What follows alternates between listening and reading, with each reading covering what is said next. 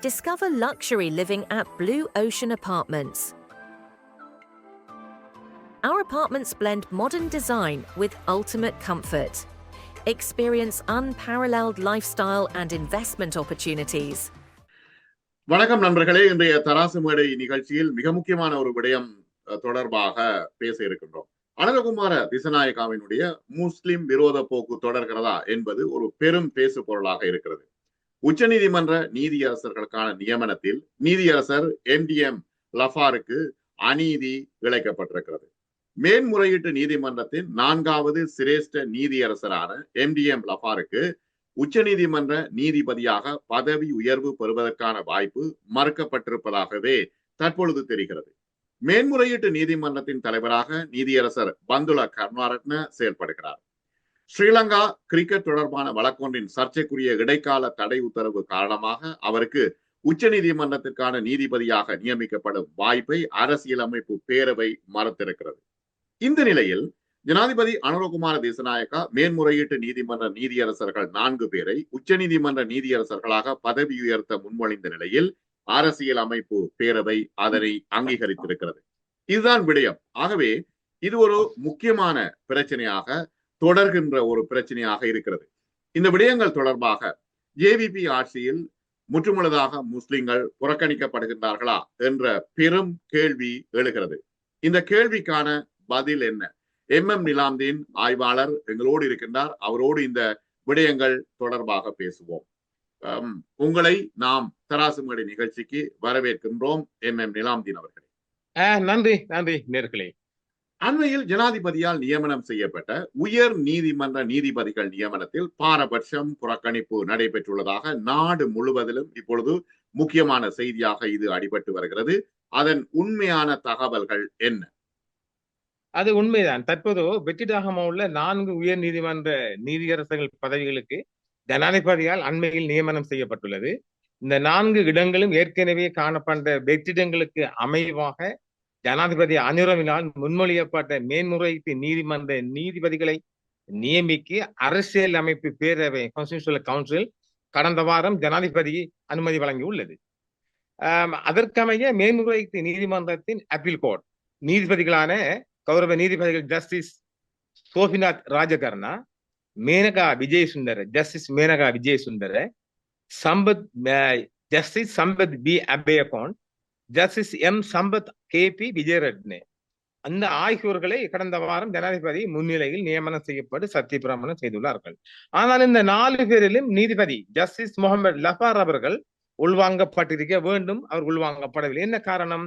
இந்த நியமனம் அதாவது சீனியரிட்டி தரவரிசையில் நியமனம் செய்யப்பட வேண்டும். இந்த சீனியரிட்டி என்பது என்ன?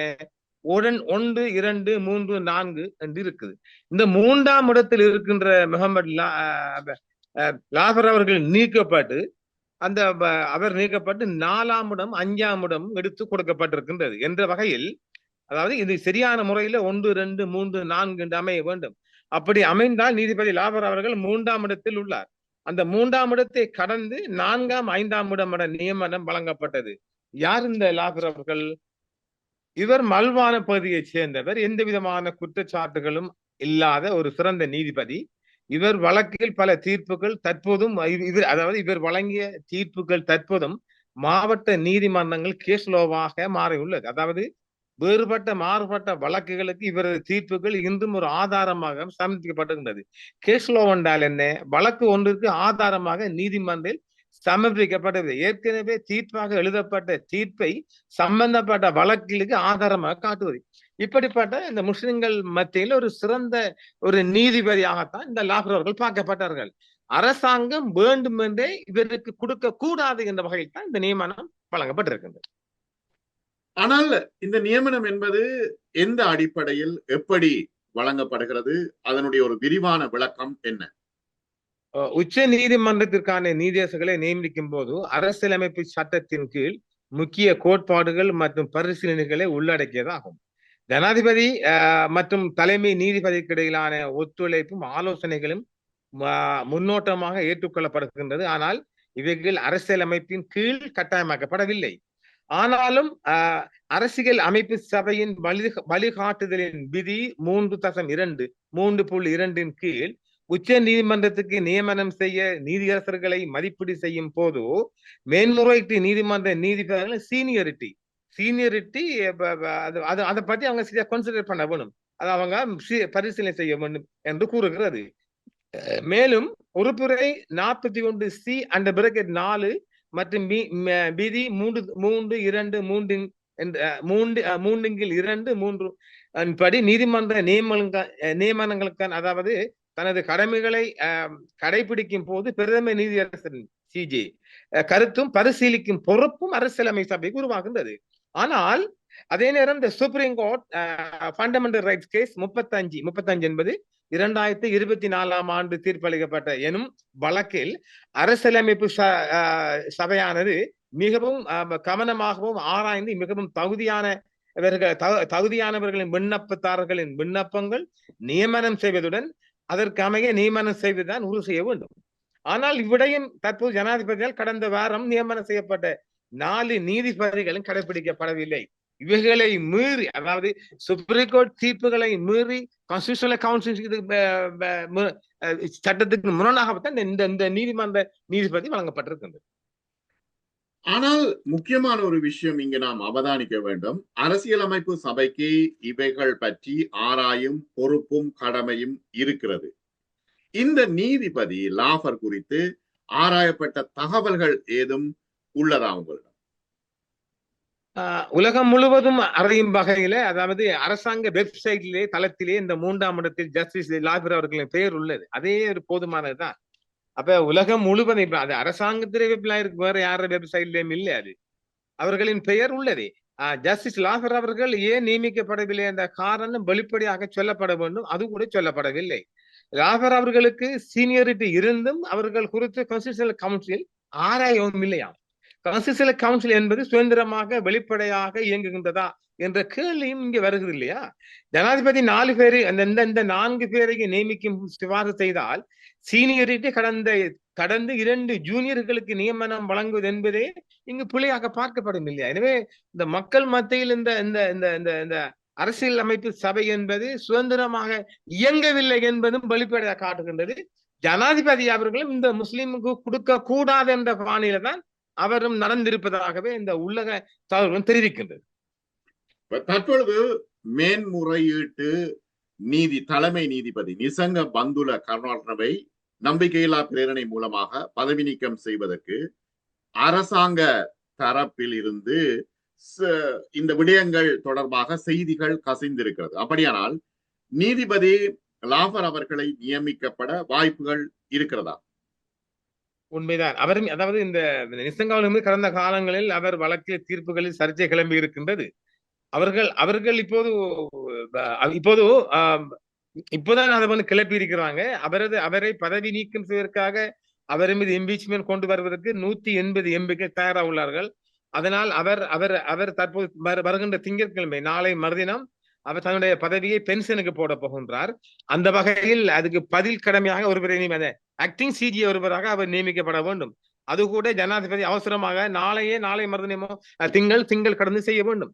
இப்போது கூட முகமது லாஃபர் அவர்களை நியமிக்க வாய்ப்பு இருக்கின்றது. ஆனால் நான் அறிந்த வகையில் அதற்கான வாய்ப்பு அரிதாக தடுப்புகின்றது. இது உண்மையிலே இப்ப கூட நாளை மறுதினம் கடந்து திங்கட்கிழமை கூட ஜஸ்டிஸ் முகமது லாஃபர் அவர்கள் நியமிக்கப்பட வேண்டும். ஆனால் அதற்கு கூட அரசாங்கம் முன்வரவில்லை. ஆனால் அதற்கான வாய்ப்பும் இல்லை என்றுதான் அறியப்படுகின்றது. ஒட்டுமொத்தமாக முஸ்லிம்களுக்கு கொடுப்பதில்லை, முஸ்லிம் ஒருவருக்கு கொடுப்பதில்லை என்ற ஒரு காரணம் தான் இங்கு சரியாக பார்க்கப்படுகிறது. இப்பொழுது ஜஸ்டிஸ் அவர்கள் பென்ஷனுக்கு சென்றால் கூட அந்த இடத்துக்கு 6ஆம் இடத்தில் இருக்கின்ற ஜஸ்டிஸ் SUB கரலேற்றிய நியமிக்கப்படலாம், அல்லது ஜனாதிபதியால் விரும்புகின்ற 7, 8, 9, 10ஆம் இடத்தில் என்றும் சொல்ல நியமிக்கப்படலாம். நான் இருந்த வகைக்கும் கரலேற்று அவர்கள் நியமிப்பதற்கான மிக அதிக வாய்ப்பு இருக்கின்றது. ஆனாலும் கான்ஸ்டிடியூஷனல் கவுன்சில் சுதந்திரமாக இயங்கும் ஒரு பொடி அல்ல என்பது இங்கு சட்டத்தெளிவாக காட்டப்படுகின்றது. ஏனெனில் இப்போது கூட லாஃபர் அவர்கள் நியமிக்கப்பட வேண்டும். அந்த வேகன்சிக்கு 3ஆம் இடத்தில் இருக்கும் ஒருவர் இப்ப 3ஆம் இடமும் தாண்டி 4ஆம் இடமும் தாண்டி 5ஆம் இடமும் தாண்டி 6ஆம் இடத்தில் இருக்கின்ற கரலியத்து அவர்கள் நியமிக்கப்பட போகின்றார் என்பது ஒரு வருத்தத்துக்குரிய செய்தியாகவே நான் பார்த்தேன். அரசியலமைப்பு சபை முக்கியமான சபை, அதற்கு பல பொறுப்புகள் இருக்கின்றன. இந்த சூழ்நிலையில் அரசியலமைப்பு சபையை ஜனாதிபதி அனுரகுமார திசநாயக்கா தன்னுடைய கட்டுப்பாட்டுக்குள் கொண்டு வந்திருக்கிறார் என்று கருதலாமா? நிச்சயமாக அப்படி ஒரு கட்டுப்பாடு இருந்த மட்டும் தானே அவங்க இப்படி எல்லாம் பண்றாங்க. அதை சுதந்திரமா இயங்க விட்டா நிச்சயமாக எந்த ஒரு அங்கப்பழுதும் இல்லாத அவர் ஒரு கிளீன் ஹேண்ட் மாதிரி இருக்கிற ஜஸ்டிஸ் முகமது லாபர் அவர்கள் நியமிக்கப்பட்டிருக்க வேண்டும். படலையே. அப்படி என்றால் இந்த பொடி அனுரவின் கட்டுப்பாட்டுக்குள் வந்து விட்டது. ஆனால் அரசியலமைப்பு சபையை பொதுவாக சுதந்திரமாக இயங்கக்கூடியதாகத்தானே அது அமைந்திருக்க வேண்டும். ஆகவே ஜனாதிபதியின் கட்டுப்பாட்டுக்குள் வந்தால் அது ஒரு ஜேவிபி அரசியல் சபையாக மாறிவிடுமே. நிச்சயமாக நல்ல விடையாது. அதான் எல்லாமே, அதாவது இது மட்டுமில்லை, நாங்க பின்னுக்கு சொல்ல போகின்றோம் கட்டம் கட்டமாக. எல்லாமே அப்படித்தான். அதாவது மக்கள் எதிர்பார்ப்புண்டு. அதை வேறு வந்தால் ஒரு ஏழை வயிற்றில் இருந்த ஒரு ஏழை படியும் ஜனாதிபதி வந்தால் என்று நான் தொட்டு எல்லோரும் எதிர்பார்த்த ஒன்றுதான். அவங்கள் மனம் சுத்தம் இல்லை. அவர்கள் நிச்சயமாக இதற்கு அவர்கள் முஸ்லிம்களை எவ்வளவு தூரம் பழி வாங்க வேண்டும் ஒரு படலத்தை இந்த ஆட்சி எடுத்திருக்கின்றது. நாங்கள் ஒரு முறை சொல்லியிருந்தோம், கோட்டாபையை விட இவர் மோசமாக மாறப்போகின்றார்கள். பார்ப்போம், இன்னும் இருக்கு காலம்.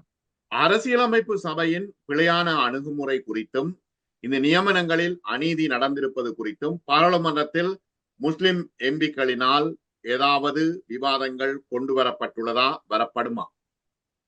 இல்லையே, அது இனிமேல் வரப்படலாம். ஏனெனில் இந்த முஜிபுர் ரஹ்மான் அவர்களிலே பட்டய கலப்ப வாய்ப்பு இருக்கின்றது. அதாவது இந்த முஸ்லிம்களில் ஒற்றுமை கொண்டு இது இப்ப 5-6 தினங்களாக இது அடிபடுகின்றது. அப்ப இந்த முஸ்லிம் முன்னாள் எம்பிக்கள் இருக்க ரவுஃப் ஹக்கீம் இருக்கின்றார், ரிஷாட் இருக்கின்றார், ஹிஸ்புல்லா மிகவும் வல்லமை கொண்டவர். அவர் நான்ஸ்டாப்பாக நீண்ட நேரம் பேசக்கூடிய ஒருவர். இந்த விடயத்தை அவர் கையில் எடுக்கவில்லையே. முகமது இந்த விடயம் என்பது ஜஸ்டிஸ் முகமது லாபிர் என்ற தனி மனிதன் பிரச்சனை இல்லையே, ஒட்டுமொத்த முஸ்லிம்களின் பிரச்சனையாக ரவுஃப் ஹக்கீம், ரிஷாட் பதியுதீன் ஆய்வுகளுக்கு இதுவா தெரியவில்லை தானே. அப்ப ஹிஸ்புல்லா எவ்வளவு பெரிய எக்ஸ்பீரியன்ஸ் கொண்ட ஒருத்தர். இவர்களால் இது குறித்து இன்னும் பேச முடியவில்லையே. இந்த நாட்டு முஸ்லிம்களில் உயர் பதவிகளுக்கு வரக்கூடாது என்று இந்த ஏகேடிஆர் அரசு அலையுது. இந்த முஸ்லிம் எம்பிக்கள் நாடாளுமன்றத்தை அரங்கேற்ற வேண்டாமா? இன்னும் இல்லையே.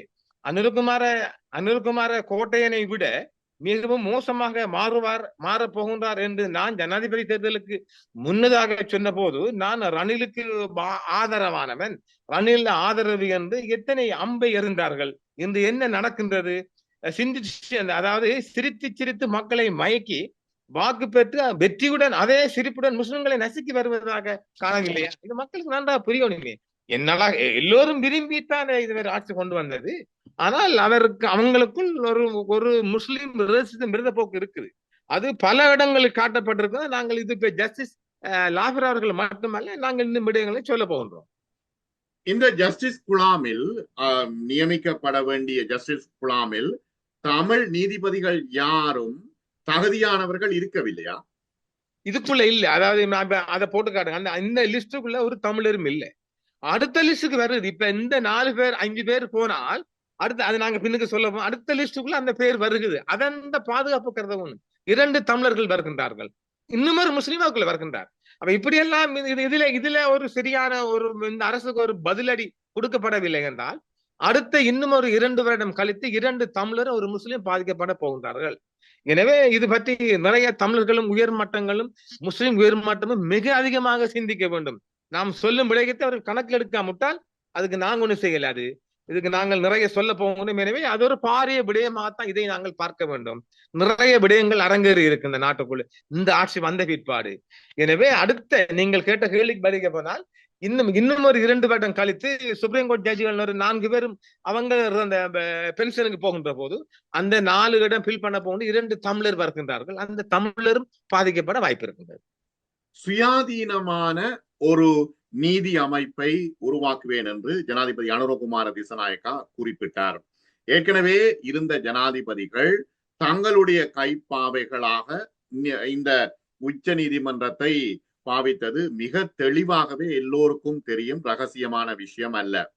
ஆகவே இது அனுரகுமார திசநாயக்கா ஜனாதிபதி சார்ந்த ஒரு குழுமம் என்று சொல்ல வருகின்றீர்களா? இந்த நீதிபதிகள் குழாம் இது வேடிக்கை என்னவென்றால், இப்ப இவர் அனுரை அவர்கள் எடுப்பார் கைப்பிள்ளையாகத்தான் அவர் தேர்தல் காலங்கள் அவர் செயல்பாடுகளை பார்க்கின்ற போது மக்கள் கவர்ச்சியாகத்தான் வந்தார். அவருக்காகத்தான் அந்த வாக்கு அளிக்கப்பட்டது. இப்போது வேடிக்கை என்ன, இந்த பெருசு டெல்வின் சில்வா தான் நீங்க ஒரு ஆட்டி படைக்கினார். இப்ப தமிழ்நாட்டில் நாங்க எடுத்துக்கொண்டா இந்த மாம்பழ கட்சி, டாக்டர் ராமதாசன் பாட்டாளி மக்கள் கட்சி, அவர் தான் தலைவர். ஆனால் அவர் ஒருபோதும் எந்த பதவியும் எடுத்தல, அந்த கட்சி தலைவராக மட்டும்தான் இருப்பார். எந்த ஆட்சி வந்தாலும் அவருக்கு ஒரு எம்எல்ஏ கூட அவர் போக ஆசைப்படவில்லை. அவர் இந்தியாவின் சென்ட்ரல் கவர்மெண்ட் கூட ஒரு மினிஸ்டரா போயிருக்கலாம், அவர் போறல. ஆனால் அந்த கட்சி வழி நடத்துற வகிப்பாக மட்டுமே அவர் வைத்திருந்தார். அதே போன்று இந்த ஜேவிபியின் செயலாளர் நாயகம் செக்ரட்டரி ஜெனரல் டிபின் சில்வா முழு முழு கட்டுப்பாட்டையும் இந்த அவங்களோட அந்த 159 எம்பிக்கள் கொண்ட கட்டுப்பாட்டை அவர் தான் வைத்திருக்கின்றார். அவரை இப்ப சந்திக்க முடியவில்லை. அவர் இப்ப அவங்களோட பத்திரமல் ஆபீஸ்லயும் இருக்காரு இல்லையா. அவர் வேற ஒரு இடத்தை பிடித்துக்கொண்டு அங்குதான் சில ரூம் போட்டு யோசிக்கிறாங்களாம். நிலையில் மக்கள் அங்க படையெடுக்கின்றார்கள் சில பார்க்கணும் என்று. அவர் தண்ட அங்க ஆபீஸ்ல இருக்காருல்ல, அவர் இப்ப இரகசியமான முறையில மகரகாம் என்ற ஜாதிக தர்ண இந்த இளைஞர் சேவல் மன்றத்துல ஒரு பகுதி எடுத்துக்கொண்டு அங்க இயங்குவதால் அங்குதான் நான் சிலரை பார்த்திருக்கேன். எனவே அவர்கள் திட்டமிட்டு செய்கின்றார்கள். நசுக்க வேண்டும், முஸ்லிம்களை நசுக்க வேண்டும் ஒரு போதாவில் தான் இந்த ஆட்சி நகர்ந்து கொண்டு இருக்கின்றது நகரம் என்பதை நாங்கள் அடுத்து சொல்லலாம். ஆனால் கண்டி, கொழும்பு, களுத்துறை, அழுகம, பேருவல போன்ற பகுதிகளில் ஏராளமான முஸ்லிம் வாக்குகள் ஜேபிபிக்கு தானே அளித்துள்ளார்கள் முஸ்லிம்கள். அப்படியானால் ஜேபிபி மீது ஏன் பழி சுமத்துகின்றீர்கள் நீங்கள்?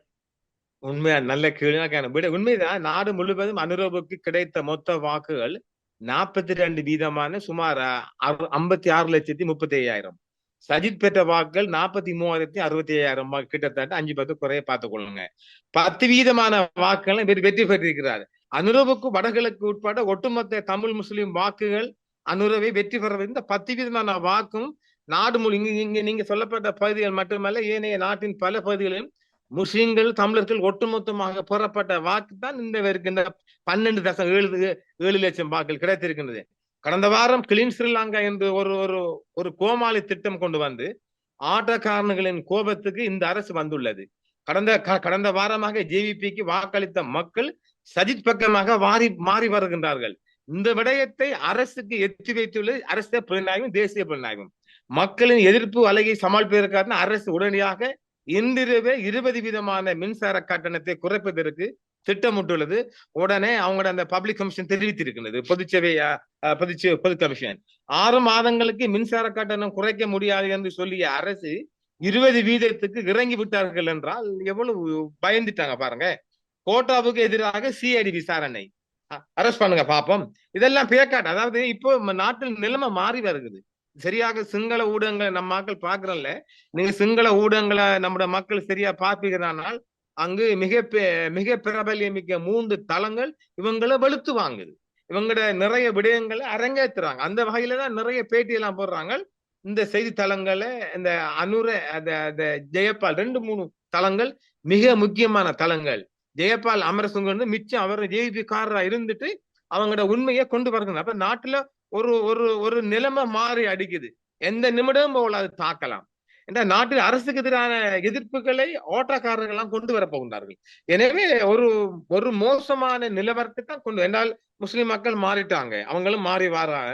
ஆட்டக்காரனும் தெரியாத ரோட்டு மீதியும் இல்லை. ஒரு சாதாரணமாக ஒரு படித்த உயர்மட்டம் தொட்டு கீழ்மட்டம் வரையும் நாளாந்தம் பப்ளிக் கம்யூனிகேஷன், பொதுமக்கள் தொடர்பு என்பது ஆட்டக்காரங்க. அந்த ஆட்டக்காரங்க மேல அவங்க இந்தியாவில ஒரு ஆட்டக்காரன் நம்ம பல இழுத்தம் என்றால் முழு 100 ஆட்டக்கு வந்துடும். அதே மாதிரி ஆட்டக்காரங்க மேல இவங்களோட பாஞ்சு இருக்குது. எதிர்வருகின்ற லோக்கல் பொடிக்குள்ள இந்த ஆட்டக்காரங்க தான் இவங்களோட ஆட்சிக்கு சரியான ஒரு விளைவை காட்டுறாங்க. எனவே இதெல்லாம் பொறுத்திருந்து பார்க்க நாங்க அப்பப்போ இது நிறைய விடயங்களை சொல்லலாம். இல்ல, கிளீன் ஸ்ரீலங்கா திட்டம் தொடர்பாக நீங்கள் குறிப்பிட்டிருந்தீர்கள். முக்கியமாக அது நல்ல திட்டம் தானே. இப்ப முன்னுக்கு கண்ணாடி மறைக்கிறது, ஆட்டோவில தேவையில்லாத விடயங்களை பூட்டுவது என்பது விபத்தை ஏற்படுத்தும் ஒரு செயல் தானே.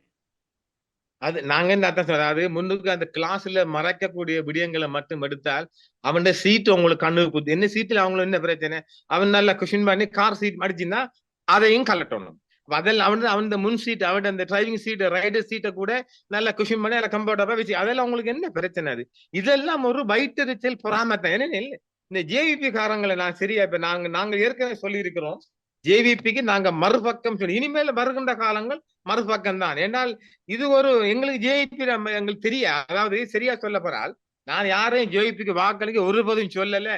இப்ப நாங்க சொல்லுகின்றோம் இருவருங்க லோக்கல் போய் ஜேவிபிக்கு யாரும் வாக்களிக்க கூடாது. பாருங்க, நாங்க யாரையுமே வாக்களிக்க சொல்லல. கடந்த காலங்கள்ல அந்த கிரவுண்ட் சிட்டிசன் சொல்லிக்கிறோம், எங்கெங்க வெற்றி பெற போன அது நீங்கள் நம்ப விடலாம். ஆனால் இப்போது சொல்லுகின்றோம், தமிழ் பேசும் சேனல்கள் மட்டுமல்ல சிங்கள சேனமும் மாறி வருகிறது. எனவே அந்த ராஜ்யத்துல உடனடியாக எந்த கேள்வி கணக்கும் இல்லாம அவங்க உடனடியாக இந்த 20% 30% சொன்னவங்க காலப்போக்கில் 10க்கும் வரலாம். இந்த லோக்கல் பாடியை நோக்கித்தான் மதுகிறது. எனவே அது சிங்கள மக்களுக்கு விளங்கி போச்சு. என்னால் பொய்யும் புரட்டு நீண்ட காலம் நீடிக்காது என்பதுக்கு அதிரவின் ஆட்சி சாட்சியாக மாறப்போகின்றது.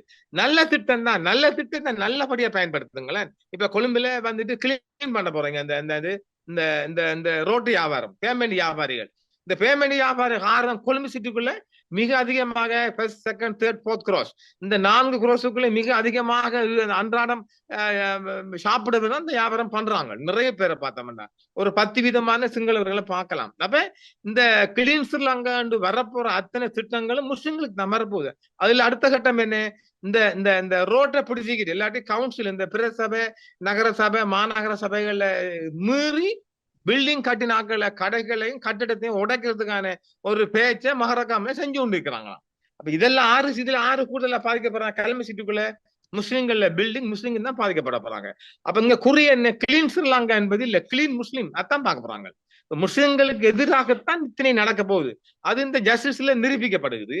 அப்புறம் இந்த நபிவியார்கள் செக்ரட்டரியாக நியமிக்கப்பட்டார்.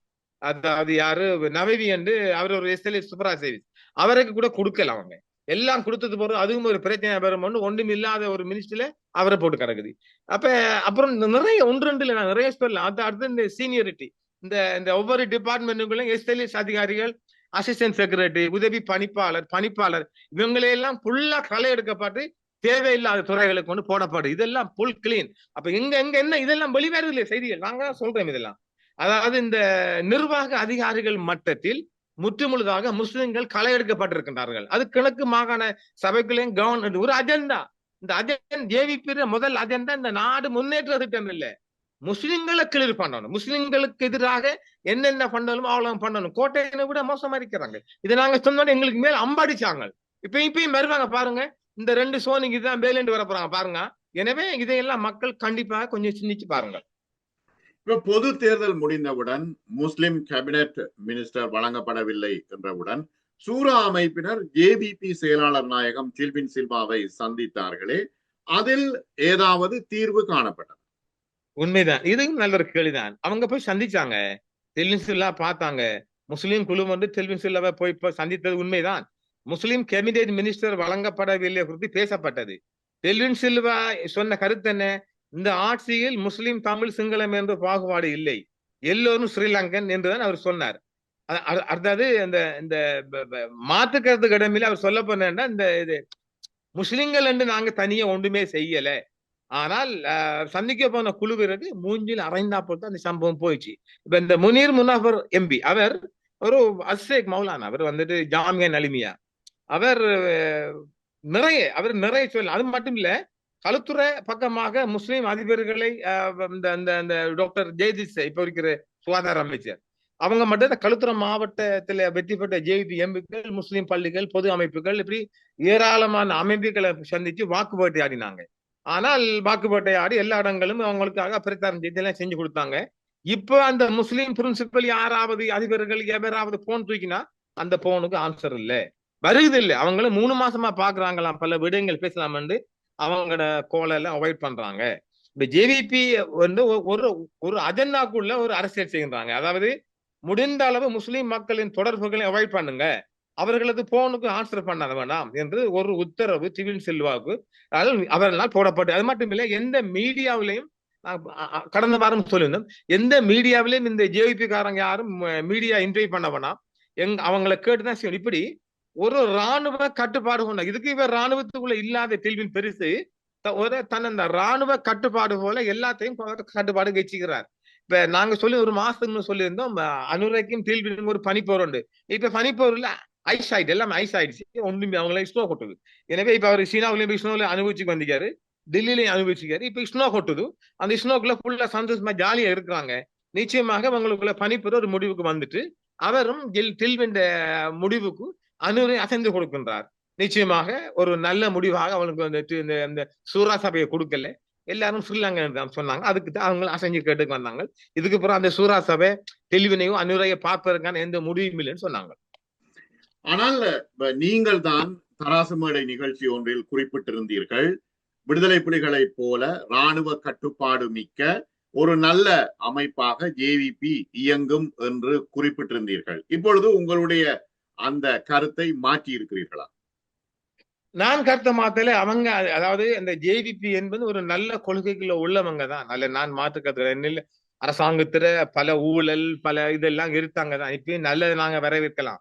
நல்ல விடயங்களை 20% சிபி பில்லுக்கு வந்திருக்கு.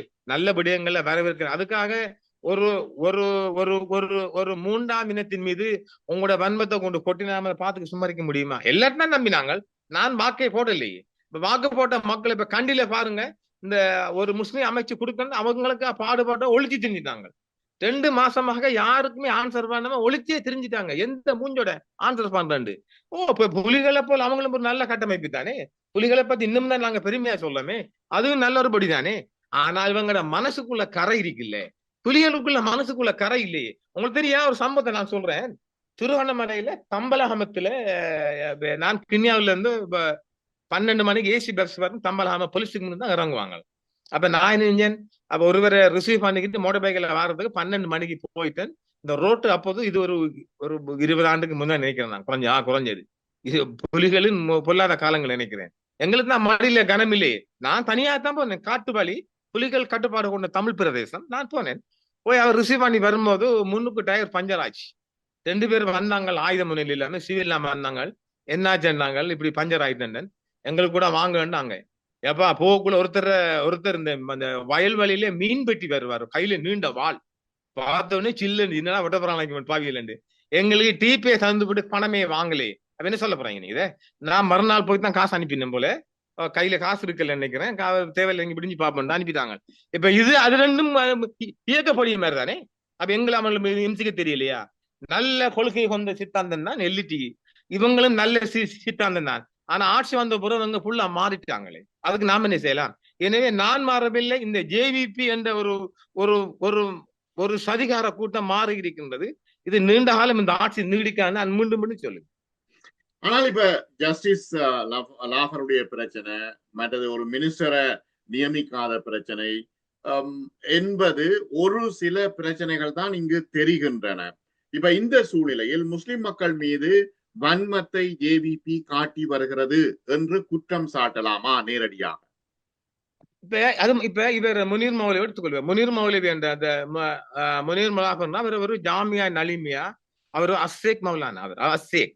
அப்ப அவர் வந்துட்டு தொப்பி போட்டு தானே இவ்வளவு நாட்களும் அவர் இந்த எல்லா தேர்தல் முறையிலையும் வடகிழக்கு சுங்கமல்ல மூதரெல்லாம் வந்துட்டு அனுரைக்காக வாக்கு சேர்த்தாரு.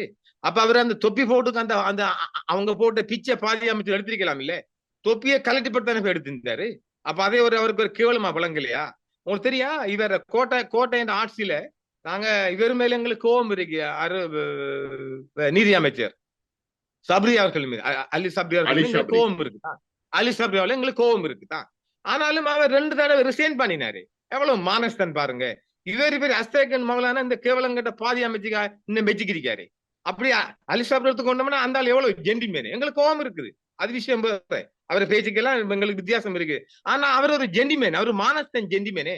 என்ன 2 தடவை ரிசைன் பண்ணாங்க, கோட்டையன் ஏலாண்டார். நாங்க ஏற்றுக்கொள்ள மாட்டோம். இவர் இந்த பிச்சை பாதி அமைச்சரை வேணாமன்னு சொல்லலாமே, அவர் வேணான்னு சொல்லலையே. அவர் இன்னும் உட்கார்ந்து கொண்டு அதுல என்ன இருக்கு அந்த அமைச்சில? ஒன்றுமே இல்லை. அவருக்கு ஒரு சம்பளம் அவருக்கு தேவையே கிடையாது. அவரு வசதியான ஒருத்தர், அவர் அறியல. எனவே அவர் இந்த பதவி ரிசைன் பண்ணிட்டு அவர் நாட்டை விட்டு உயிருக்கு பாய்ந்தாலும் ஓடி போகணும். அவர் இதெல்லாம் கூடாது. இது இந்த அமைச்சை வச்சு என்ன பண்ண போறீங்க? அது என்ன இன்னும் நல்லூர் அமைச்சா? அப்படி ஒரு அமைச்சு இருக்கா? அதுக்கு என்ன இருக்காதுல? அதுவும் அவங்க ரூம் போட்டு 5 தினங்கள் பிறகு யோசிச்சு கொடுத்ததுதான். இதை கொடுக்கலாமா கொடுக்க கூடாது, அவர் கொடுக்க இருக்கலாம். அவர் எம்பியா தான். அதுக்கு அவங்க சொல்றேன்னு அவரு அந்த நிட்டாம்பு என்ன எங்கது நிட்டாம்பு பகுதி தான் இருக்கணும் அவர் நினைக்கிறாரு. அப்ப அந்த பகுதியிலிருந்து அவரு வெண்டு வந்திருக்கிறார். அந்த பகுதியிலிருந்து அவருக்கு சிங்கள மக்கள் வாக்களிச்சுக்கிறாங்க. ஏற்றுக்கொள்றோம். சிங்கள மக்கள் வாக்களிச்சு சிங்கள மக்கள் பிள்ளை இல்லையே. நாங்க ஒரு கருத்தை மீண்டும் மீண்டும் சொல்லுவோம். தேசிய தலைவர் ஒரு கருத்து தான், புலிகளின் தேசிய தலைவரன், நாங்கள் சிங்கள மக்களுக்கு ஒருபோதும் எதிரிகள் அல்ல. அது நல்ல ஒரு தரமான அந்த கருத்தை நான் ஏற்றுக்கொள்வேன். எங்களுக்கு சிங்கள இனவாதம் கொண்ட அரசியல்வாதிகள் தான் எதிராளிகள். அதைத்தான் நானும் சொல்லுகின்றேன். எங்களுக்கு ஒருபோதும் சிங்கள மக்கள் எதிராளிகள் அல்ல. தலைவரின் கருத்து அது, என் கருத்து இல்லை, அது தேசிய தலைவரின் கருத்து அது. எனவே சிங்கள மக்களுக்கு எங்களுக்கு எந்த பகமையும், அப்ப சிங்கள மக்கள் எல்லா இவருக்கு வாக்களிச்சுக்கிறாங்களே. எனவே சிங்கள மக்கள் இல்லை, சிங்கள மக்களை மோடேனாக்கி இனவாதத்தை இவங்களும் பூசி வராங்க.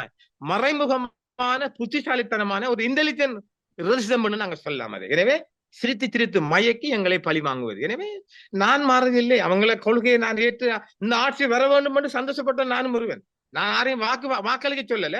இந்த ஆட்சி வந்தால் மக்களுக்கு, சிங்கள மக்களுக்கு இவங்க நலவில்லை. அதேமா இவங்களுக்கு ஒரு இந்த உடம்பு முழுவதும் உங்களுக்கு வைத்தறிச்சல் இருக்குது, ஜெலஸ். எனவே இந்த ஆட்சிக்கு நாங்க சங்குத வேண்டிய பொறுப்பு எங்களுக்கு வந்திருக்கும்.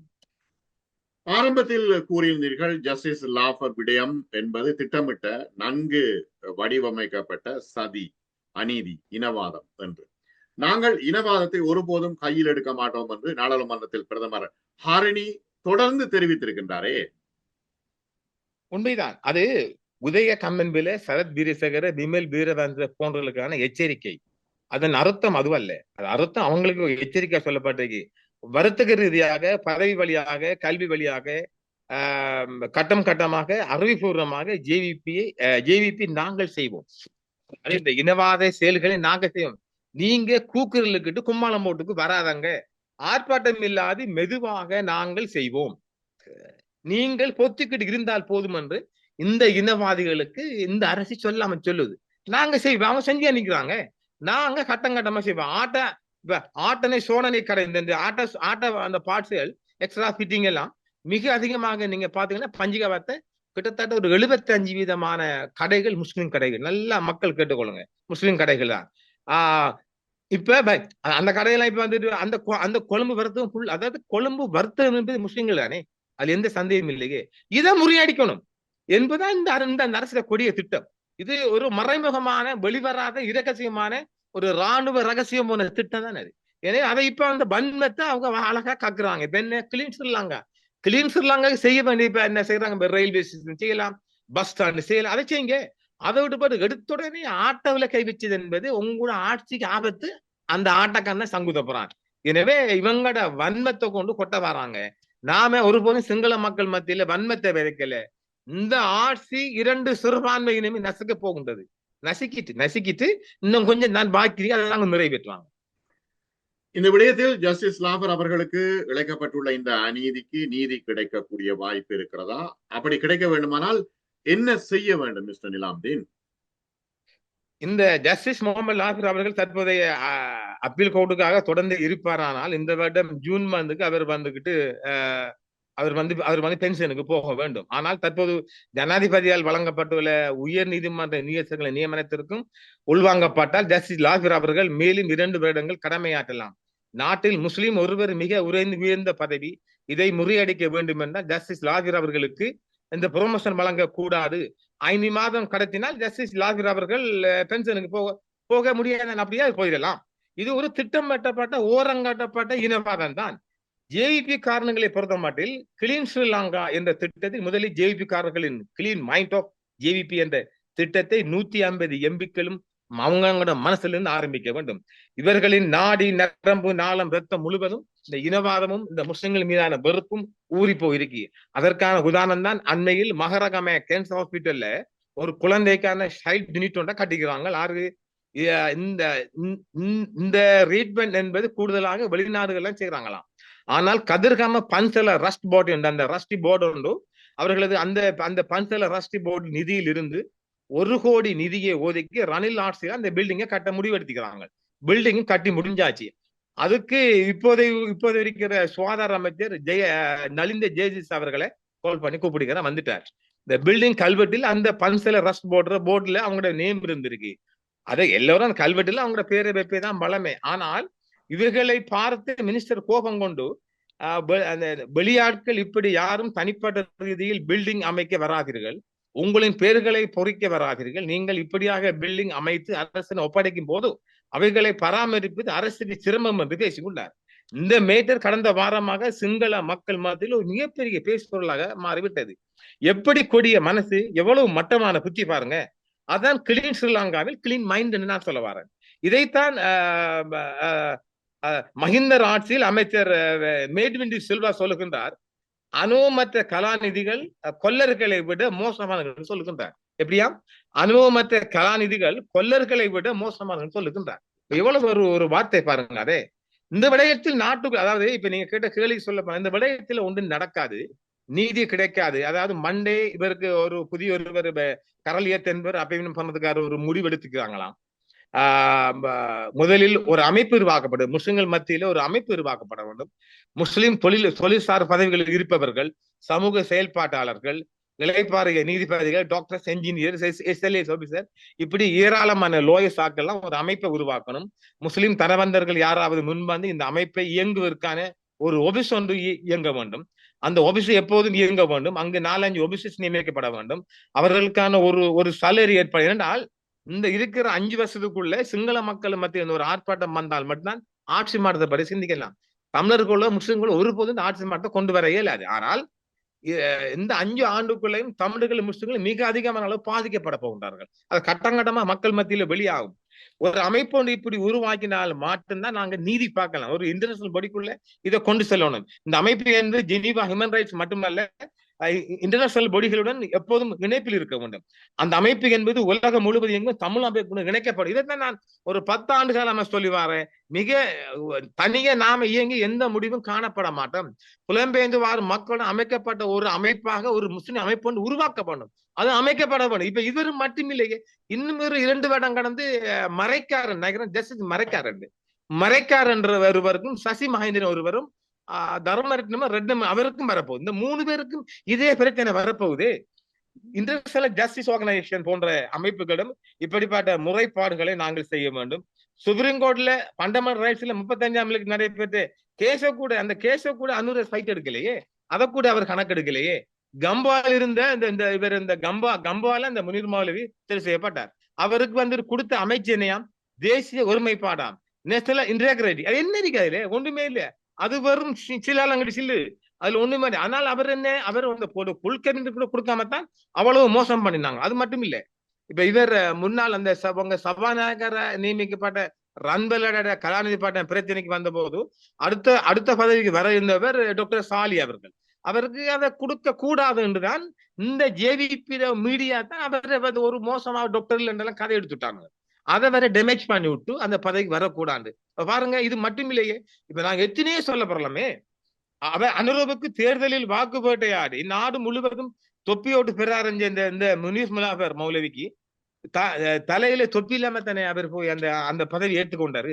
அந்த பதவி அவர் வாங்கியிருக்க கூடாது. எல்லோருக்கும் அரை அமைச்சர் கொடுத்த பின்னர் காலம் கடந்து கொடுப்பதா இல்லையா என்ற ஒரு கோணத்தான் இருந்தார்கள்.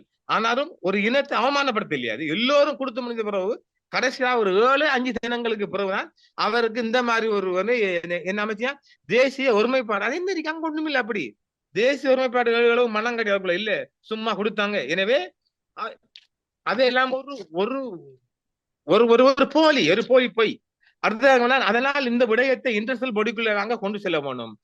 ஜஸ்டிஸ் முகமது லாபிர் அவர்களுக்கு தகுதியான முஸ்லிம்கள் இணைய வேண்டும். காரணம், இந்த ஓர்டர் லிஸ்ட், அதாவது கடந்த 5ஆம் தேதி ஜனவரி 5ஆம் தேதி இருக்கிற ஓர்டர் லிஸ்ட்ல இப்ப இருக்கிறார் ஜஸ்டிஸ் குருசிங்கே, அடுத்தாளாரு ஜஸ்டிஸ் டாமிகே கணேபோல, அடுத்தாளாரு ஜஸ்டிஸ் மாயாதென்ன கொரியா, அடுத்தாளாரு குமார ரெட்ன தமிழால், அடுத்தாளாரு சசி மகேந்திரன், ஜஸ்டிஸ் MAR மரிக்கார். இப்ப நீதிபாட்டு போனால் இந்த 6 பேரு லிஸ்ட்ல முறையில இருக்கிறாங்க. ஒவ்வொரு 2 வருஷத்துக்கு ஒரு பென்ஷன் போகின்ற போது இவங்க நீங்க நியமிக்கப்பட வேண்டும். ஆனால் அவங்க நியமனம் செய்ய மாட்டாங்கன்னு நான் நினைக்கிறேன். ஆகியோர்கள் ஆட்டோமேட்டிக்காக சீனிட்டுக்குள்ள வருவாங்க. இவங்களும் நாளைக்கு பாதிக்கப்பட வேண்டிய ஒரு இது இருக்கு இல்லையா? அந்த நேரத்துல நான் இந்த மாதிரி அமைப்புகள் ஊடாக, இன்டர்நேஷனல் பாடி ஊடாக, இன்டர்நேஷனல் ஜுடிஷியல்களுக்கு ஊடாக நாங்க ஏதாவது இந்த அநீதிக்கு எதிராக நீதி பெற பார்க்கணும். ஆகவே தமிழர்கள் முஸ்லிம்கள் இணைந்து கொள்வது சிறப்பு. காலம் தாழ்த்துவது நீதி கிடைக்காத அநீதிக்கு சமமாகும். அதே போல்தான் SLA சீனியரிட்டிலையும் அமைச்சர்களின் செயலாளர்கள் நியமனம் செய்யப்பட்ட போது முஸ்லிம் SLA ஒருவருக்கும் கொடுக்க கூடாதுதான் இவங்க ரூன் போட்டு யோசித்து ஒரு முடிவுக்கு வந்தாங்க. ஆனால் இந்த விடயம் ஒரு இஷ்யூவாக மாறிய போது எல்லோருக்கும் வழங்கப்பட்ட பின்பு அதிலும் ரூம் போட்டு யோசிச்சு ஒரு 5 தினங்களுக்கு பின்பு SLA சுப்பராஜ் இருந்து நவவியார்களுக்கு சயின்ஸ் அண்ட் டெக்னாலஜி என்று ஒரு மினிஸ்ட்ரிக்கு வழங்கப்பட்டு அதுல ஒன்றுமே இல்லை.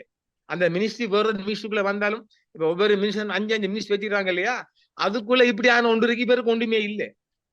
கிழக்கு மாகாணத்தில் முஸ்லிம் SLA அதிகாரிகளில் ஓரங்காட்டப்பட்டு எந்த விதமான பிரயோசனம் இல்லாத துறைகளில் அமுக்கப்பட்டிருக்கிறார்கள். JVPயின் எதிர்கால திட்டம் என்பது கவுன்சிலில், அதாவது அனுமதி இல்லாமல் வீதிகளை கட்டின வீடுகளுக்கெல்லாம் உடைக்கிறதுக்கு JVP காரணங்கள் நல்ல நோக்கத்துக்கு ஆட்சி வந்தது போல இது தெரியல. அதாவது தமிழர்களின் பலம், ஆயுத பலம் புலிகள் அமைப்பு, அதை சிதைத்து விட்டது சிங்களம். தமிழர்களின் அரசியல் பலம் தமிழ் கட்சி, அதையும் சிதைத்து விட்டார்கள். அப்ப JVP என்ற மோகம் தமிழர்களின் பலம் சிதைத்து விட்டு இப்ப இருக்கிற முஸ்லிம்கள் தான் இப்ப மாறி மாறி வருகின்ற ஆட்சிக்குள்ள புகுந்து இவங்க கொஞ்சம் ராஜாங்கம் காட்டுறது JVP கண்ணுக்கு குத்துது. அதனால் இந்த ஆட்சிக்குள் முஸ்லிம்களுக்கு என்ன கர்மத்தை செய்யலாம் என்பதை நம்ம யோசிச்சு கொண்டிருக்கிறாங்க. கோட்டையர் ஆட்சியிலும் 20 ஆண்டுகளுக்கு இந்த ஆட்சி அசைக்க முடியாத ஆட்சி என்று தான் சொன்னாங்க. கடைசியா 2.5 ஆண்டும் அவருக்கு ஆளெல்லாம் போச்சு. இந்தியா சென்று வந்த கையோடு அடுத்த நாள் என்ன சொல்லியிருந்தார், அடுத்த 5 ஆண்டுக்கு நாங்க ஆட்சி என்றார். முளைச்சி இலை உடல 3 மாசம் ஆட்சி போகல, என்னத்தை சொன்னாரு, அடுத்த ஆண்டும் எங்கள் தான். அப்ப இதெல்லாம் ஒரு இந்த ரோட கண்காணிப்புகள்லாம் இருக்காரு. அது நோக்கம் என்ன, ரோட கண்காணிப்புல பாதுகாப்புக்கு தேவையான நிதிகள் மற்றும் உதவிகள் அமைகள் எல்லாம் தரக்கொண்டு ஆட்சியில இஷ்டப்படி செய்யுங்க இந்தியா சொல்லிட்டது. கோட்டையர் ஆட்சியில் முஸ்லிம்களுக்கு எதிராக அரங்கேற்றி அத்தனை படுபாதங்களையும் அனுரையும் அரங்கேற்ற போற என்பதற்கு மாற்று கருத்து இல்லை. எனவே இந்த தமிழர்களும் முஸ்லிம்களும் ஒரே பாதையில் இனிமேலாவது காலம் கடத்தாம ஒரே பாதையில் ஒரு ஒரு நல்ல ஒரு படித்த மட்டத்தில் உள்ள மக்கள் இளைப்பாற அதிகாரம் மூலமாக ஒரு அமைப்பை உருவாக்கி சுமந்திரன் போன்றவர்கள்லாம் உள்வாங்கப்பட்டு அந்த அமைப்பு செயற்பாடுமானால் இந்த ஆட்சிக்கு ஒரு கழிவாடம் விடலாம். ஏனெனில் இன்டர்நேஷனல் பாடிக்குள்ள போனோம்னா நாங்க நீதி பெறலாம். நிச்சயமாக இதுக்குள்ள இந்த ஜஸ்டிஸ் லாவிராவலுக்கு இந்த நீதி கிடைக்கல என்றால் கடைசி வரை இனி ஒருபோதும் எதிலையும் கிடைக்க போவான்னு நான் அடுத்து சொல்லுவேன். மிக நன்றி MM நிலாம்தீன் அவர்களே. இன்று JVP ஆட்சியில் முற்றுமுழுதாக முஸ்லிம்கள் புறக்கணிக்கப்படுகின்றார்களா, மேன்முறையீட்டு நீதிபதி லஃபார் புறக்கணிப்பு விடயம் தொடர்பாகவும் முஸ்லிம்களுடைய எதிர்கால வாழ்வுக்கு JVP ஒரு பெரும் கேள்விக்குறியாக அமைய போகிறதா என்பது தொடர்பாகவும் பாரபட்சம் தொடர்பாகவும் இன்று தராசு மேடை நிகழ்ச்சியில் நீங்கள் நேர்காணலில் விளங்கப்படுத்தினீர்கள். நன்றி. மீண்டும் மற்றும் ஒரு தராசு மேடை நிகழ்ச்சியில் சந்திப்போம். நன்றி நேர்களே. தொடர்ந்து நாம் JVPயின் மறுபக்கம் பற்றி ஏகப்பட்ட தகவல்கள் சிங்கள ஊடகங்கள் எனக்கு வந்து கொண்டிருக்கின்றது. அதை நாம் தொடர்ந்து அரங்கேற்றும் எதிர்பார்ப்போம். நன்றி.